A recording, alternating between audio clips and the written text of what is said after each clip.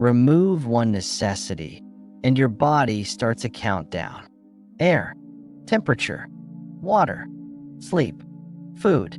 But these clocks do not move at the same speed. One may be measured in minutes, another in hours, others in days or weeks. And the first thing to fail may not be what you expect. This is not a contest built from internet rules.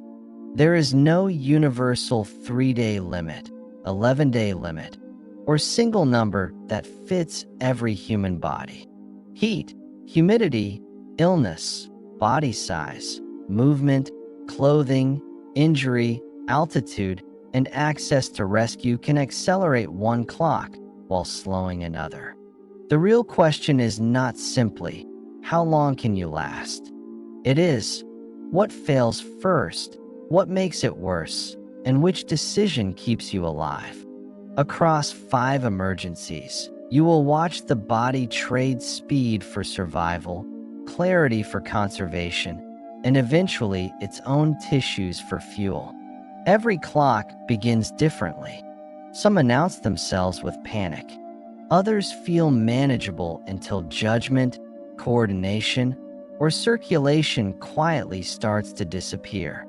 And by the end, one fact will matter more than any number. The environment decides which countdown reaches 0 first. The fastest clock begins with breathable air.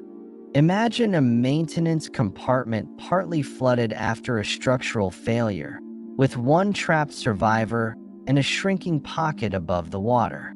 This is not the same as holding your breath in open water. Low oxygen, blocked airflow, carbon monoxide, and interrupted blood flow damage the brain through different routes. What remains constant is the brain's demand. It stores almost no usable oxygen, and it depends on continuous delivery through breathing and circulation. When delivery collapses, usable energy falls, electrical signaling becomes unstable, and vulnerable cells begin to suffer within minutes. The first warning may be rapid breathing, headache, poor coordination, confusion, or a strange confidence that hides deteriorating judgment. Panic makes the problem worse. Fighting the water, shouting continuously, or making repeated blind escape attempts raises oxygen demand and produces more carbon dioxide. But conserving air does not mean waiting passively while the route closes. The critical task is to slow down enough to think, then act before capacity disappears. First, identify the mechanism. Is the air pocket shrinking? Is smoke entering? Is ventilation dead? Is the hazard invisible, as with carbon monoxide?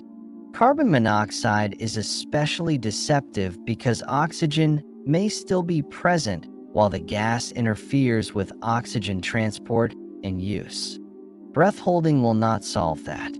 In a contaminated space, opening the correct exit, reaching fresh air, or bringing effective respiratory protection matters more than trying to endure. In a flooded compartment, movement must be deliberate.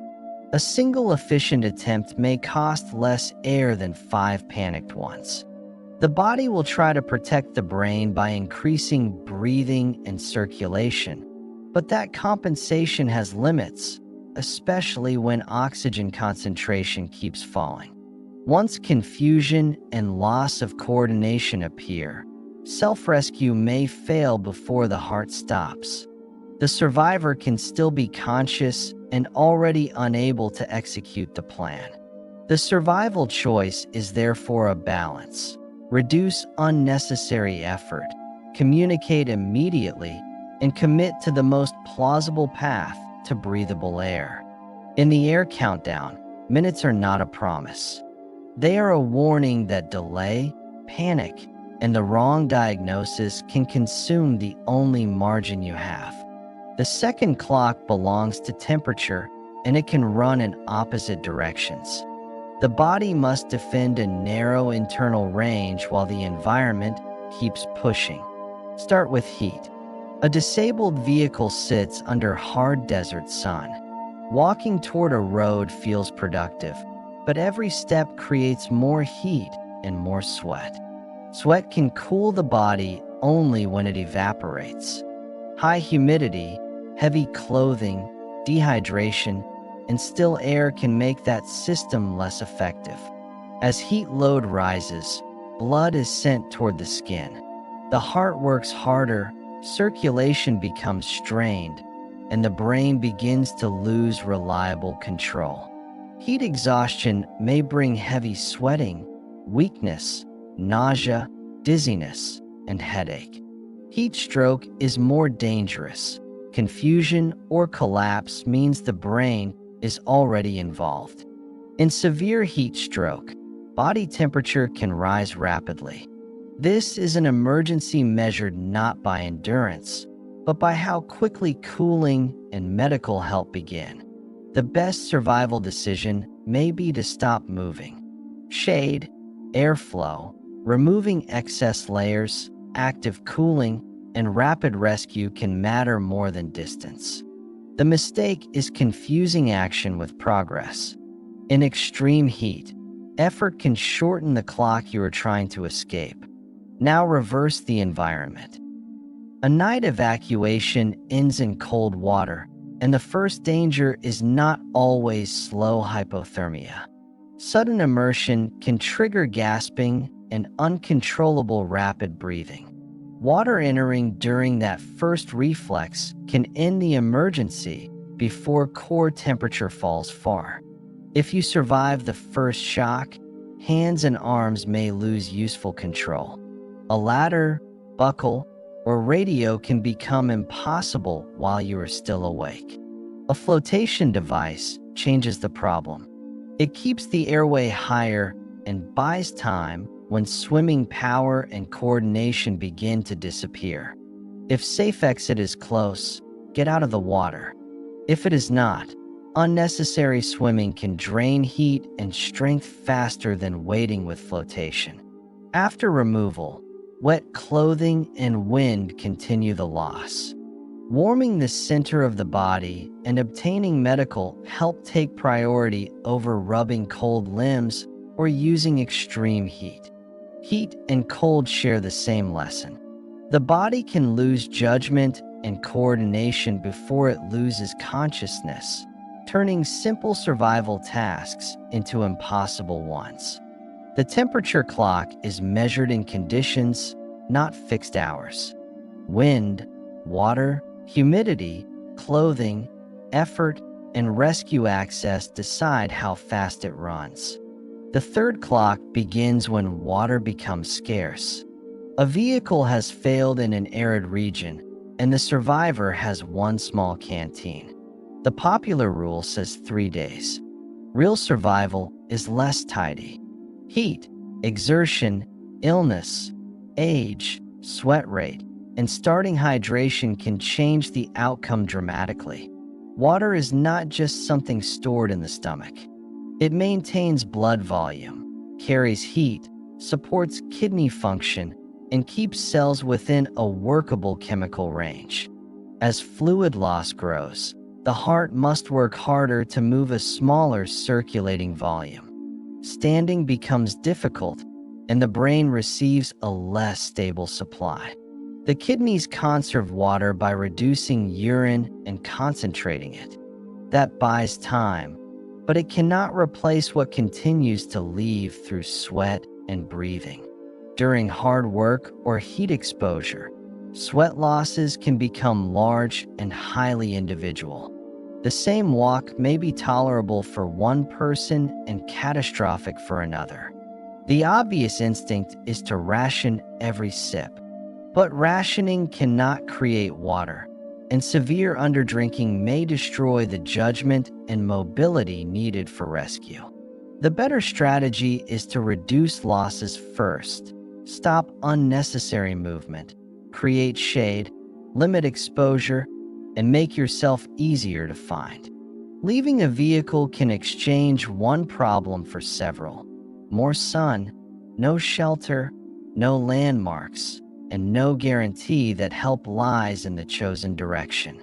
If movement is unavoidable, timing matters. Cooler periods reduce heat load and sweat, while midday travel can burn water and coordination at the same time. Drinking enough to remain capable is not permission to waste the supply. It is a controlled trade. Preserve function while removing every avoidable source of loss. Food can also affect this clock. Dry, salty meals increase the water needed for digestion and balance, while eating less may sometimes preserve the more urgent resource.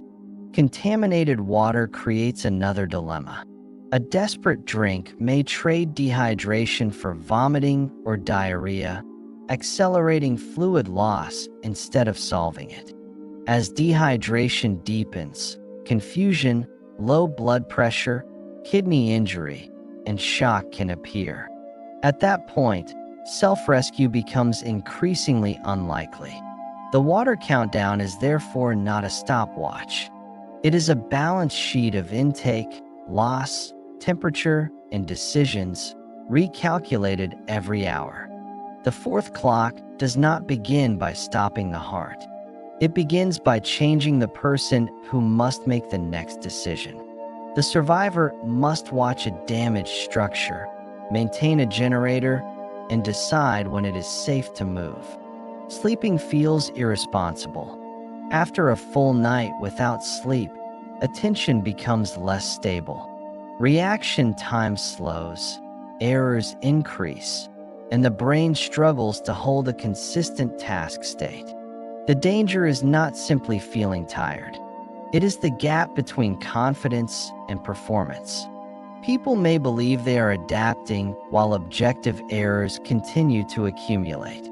A microsleep may last only seconds, but during driving, climbing, fire watch, or equipment control, seconds can be fatal.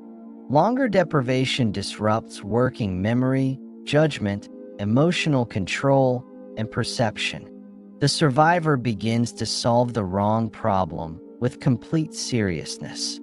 Sleep loss can also create state instability. Parts of the brain move towards sleep-like activity while behavior continues on the surface. Caffeine may temporarily reduce sleepiness, but it does not rebuild judgment, coordination, or lost sleep. It can hide the warning without removing the risk. The survival decision is not whether sleep is safe. It is whether remaining awake has become more dangerous than a controlled period of rest.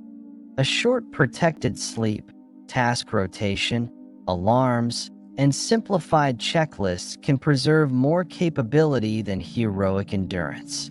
But even a checklist can fail if it is too complex. Under sleep loss, the best procedure is clear, short, and difficult to misunderstand. The mind also becomes emotionally unstable. Irritation can become conflict, fear can become paralysis, and small setbacks can feel like proof that escape is impossible. That is why shared decisions matter. A second rested perspective may detect the missing step that the exhausted brain can no longer see. There is no proven universal number of sleepless days at which every human dies. The practical limit arrives earlier, when mistakes make the environment lethal. The sleep countdown reaches zero when the survivor can no longer trust the survivor. Rest is not surrender, it is maintenance of the decision-making system. The fifth clock is the slowest under favorable conditions. Water is available, shelter is stable, but reliable food is gone. The body begins with stored carbohydrate. Liver glycogen helps maintain blood glucose, but those reserves are limited and decline during the first phase of fasting. As fasting continues, fat becomes a major fuel. The liver produces ketone bodies, reducing, but not eliminating, the need to break down protein for glucose. This adaptation is why food deprivation usually runs on a longer clock than air, temperature, or water. But adaptation is not immunity. Muscle mass falls. Strength, balance, immunity, wound healing, and temperature control become harder to maintain. The survivor remains alive, but increasingly fragile. Micronutrient and electrolyte problems may appear even when body fat remains. A person can have stored energy and still lose critical physiological stability. The food clock also changes the other clocks. Less insulation makes cold more dangerous. Weakness makes water collection harder. Poor judgment turns small risks into large ones. Searching for food can be rational, but every search spends energy, water, heat, and injury risk. The calories gained must exceed the cost of finding them. That makes unfamiliar plants, risky climbs, and long hunts poor bets unless knowledge and conditions support them. The first priorities remain water, shelter, temperature control, injury prevention, and signaling.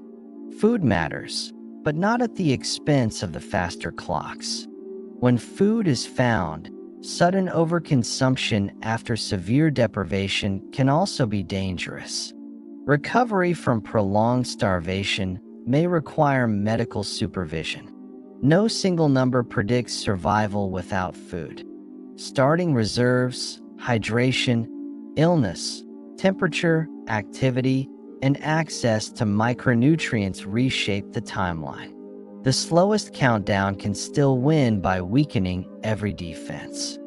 Food rarely kills first in a protected shelter, but it can make the next cold night, infection, or fall impossible to survive. So what kills first? There is no universal order. Air can take minutes. Temperature can overtake water. Sleep loss can make a fatal decision before starvation becomes critical. The human body does not have one survival clock. It has several. Survival begins by recognizing which one is moving fastest and protecting it before it reaches zero.